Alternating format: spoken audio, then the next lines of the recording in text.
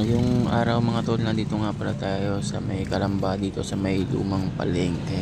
Ang lakas talaga ng case profit namin dito.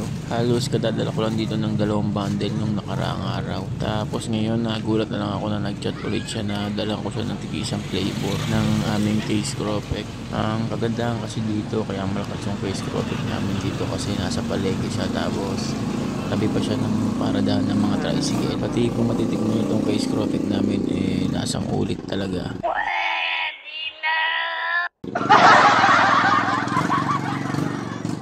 Dito nga pala ang tindahan ni ate sa may lumang palengke sa may merkado, tapat ng 578. Nung isang araw pa kasi siya nag-chat na dalan ko siya, kaso wala pa yung stock namin ng hilaw, kaya ngayon ko lang nadala sa kanya. Sa tingin ko mabilis itong uubos kasi sabi sa akin ni ate ay marami itong naghahanap, tapos napatagal pa yung deliver natin.